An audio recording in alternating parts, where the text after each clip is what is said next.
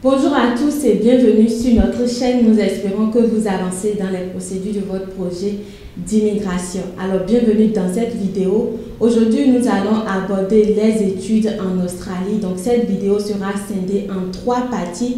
Il y aura une première partie qui parlera de comment vous pouvez payer les frais de scolarité en Australie. Une deuxième partie décrivant un peu comment vous pouvez procéder pour obtenir l'admission dans une école en Australie. Et la troisième partie, quel travail ou bien quelles sont les formations, les jobs que vous pouvez effectuer après avoir étudié en Australie. Mais juste avant de continuer, nous serons très ravis de vous compter parmi notre communauté. Donc n'hésitez pas à vous abonner puis d'activer la cloche de notification pour pouvoir être notifié chaque fois que nous allons faire une vidéo.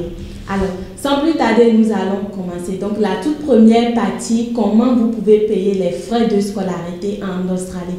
Déjà, vous devez savoir qu'en Australie, nous avons 2 semestres. Donc, il y a une première et une deuxième semestre. Donc, pour certaines écoles, on vous obligera de payer la totalité des frais de scolarité pour une semestre donné. Mais il y a des écoles qui vous diront de payer juste une partie des frais de scolarité d'une semestre. Donc, pour le paiement des frais, cela varie d'école en école et des conditions de chaque école.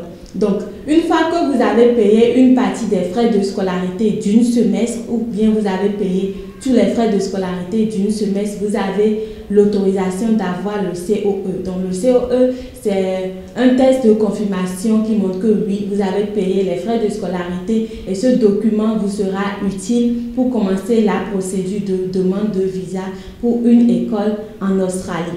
Donc, une fois que vous avez fait ces procédures-là, déjà en Australie, vous avez la possibilité d'effectuer des jobs extra universitaires ou extra votre formation pour vous permettre maintenant de payer les frais de scolarité. Donc, l'intérêt là est que vous n'avez pas besoin de payer tous les frais de scolarité avant de vous déplacer. Déjà que vous avez payé une partie et que vous êtes maintenant en Australie, vous avez la possibilité d'effectuer des jobs.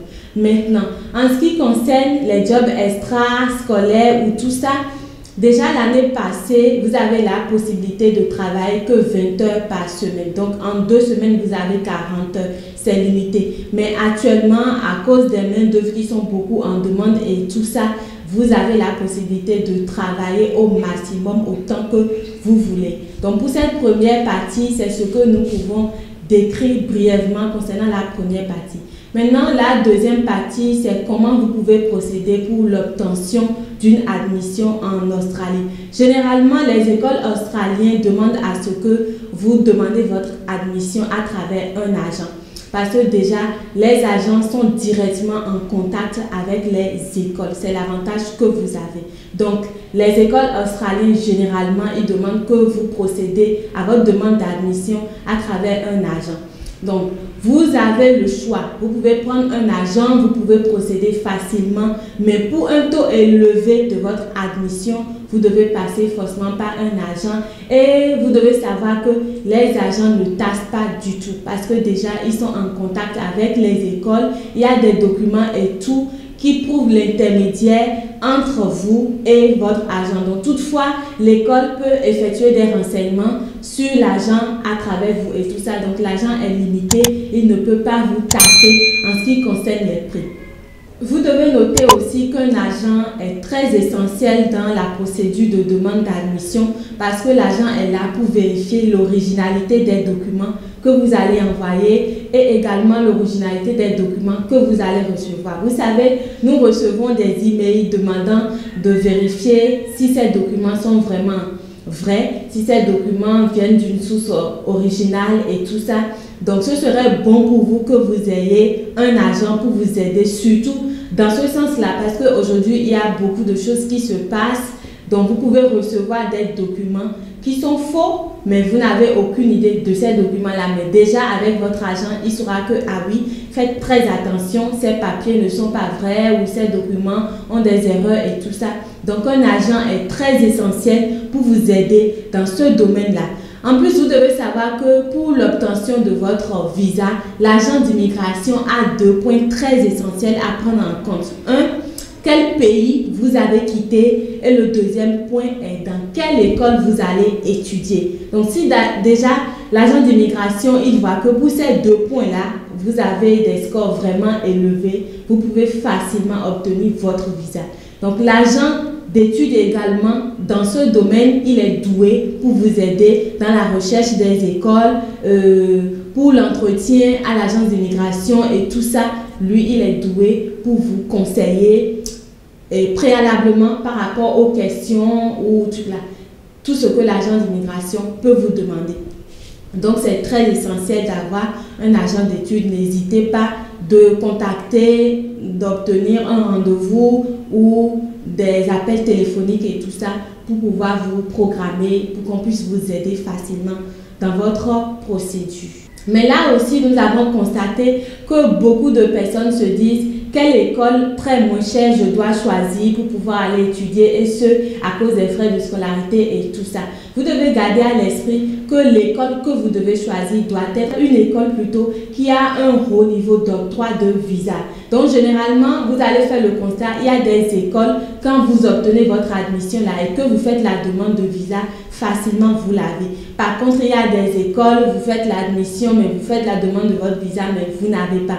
Donc, ce sont des points que vous devez garder à l'esprit. Vous choisissez une école qui offre de très bonnes formations, des écoles où après votre formation, vous avez la possibilité de travailler facilement ou d'être employé dans des entreprises directement en contact avec les centres de formation et autres. Ces points-là doivent être des points qui seront à l'esprit pour vous dans le choix des écoles. Donc, ne gardez pas à l'esprit, je dois choisir une école très moins chère parce que je n'ai pas les moyens ou tout ça, non. L'essentiel, c'est que vous y allez. Vous allez en Australie pour étudier. Donc, vous devez faire toutes les procédures, tout ce qui est en votre faveur pour quand même vous déplacer. Mais une fois là-bas, tout le reste, vous allez pouvoir assumer ça. Donc, en ce qui concerne l'obtention de l'admission, c'est ce que nous vous suggérons. Passez par un agent, donc c'est-à-dire une agence d'études, vous contactez une agence d'études pour vous aider dans les procédures pour l'obtention de l'admission. Maintenant, la troisième partie et la dernière, c'est quels sont les jobs, les travaux que vous pouvez effectuer après vos formations en Australie. Donc, laissez-nous vous rappeler que dans presque tous les domaines, il y a des demandes. Donc, quelle que soit votre formation en Australie, quelle que soit la profession que vous avez choisie, il n'y a pas de travail en manque. Mais généralement, après votre licence, il est conseillé que vous continuiez peut-être avec le master ou plus, mais au même moment, vous avez la possibilité d'effectuer des travaux. Donc, vous suivez les cours supérieurs, mais au même moment, vous avez des petits jobs, vous avez, voilà, que vous effectuez. Donc, généralement, c'est ça. Donc, on ne peut pas vous dire ici, choisissez tel domaine parce que c'est promoteur, et c'est prometteur plutôt, choisissez tel domaine, là c'est bon et autres, non. Presque tous les domaines sont bons, c'est à vous de voir quelles sont les formations, quels sont les domaines qui sont plus en demande de main-d'œuvre et autres pour pouvoir choisir. Donc, généralement, c'est ce que nous pouvons dire concernant les études en Australie. Donc, saisissez les opportunités. Il y a beaucoup d'écoles qui se mettent actuellement en place. Donc, procédez à la demande de votre admission rapidement, sans tarder. Parce que vous savez qu'il y a des écoles, plus avec le temps, ils corsent les conditions d'obtention de l'admission et tout ça. Quand c'est nouvellement ouvert et tout ça, bon, les conditions sont flexibles, vous avez la possibilité d'y accéder facilement. Mais plus avec le temps, ils ont des étudiants internationaux, ils ont le nombre qu'ils veulent et tout ça. Donc, ils corsent les conditions et c'est très difficile d'y avoir assez. Donc, ce que vous pouvez faire rapidement, c'est de cibler des écoles.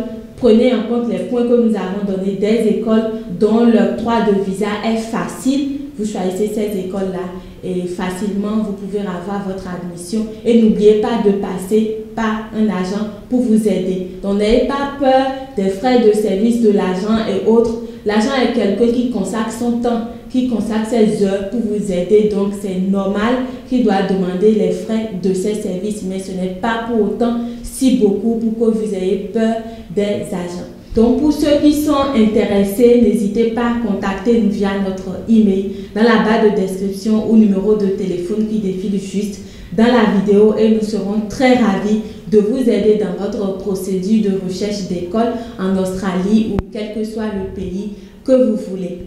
Donc c'est tout pour cette vidéo. Merci de nous avoir suivis. N'oubliez pas de la liker, puis de vous abonner et d'activer la cloche de notification et puis partager massivement cette vidéo. Et nous vous souhaitons une très bonne chance dans vos procédures et à la prochaine.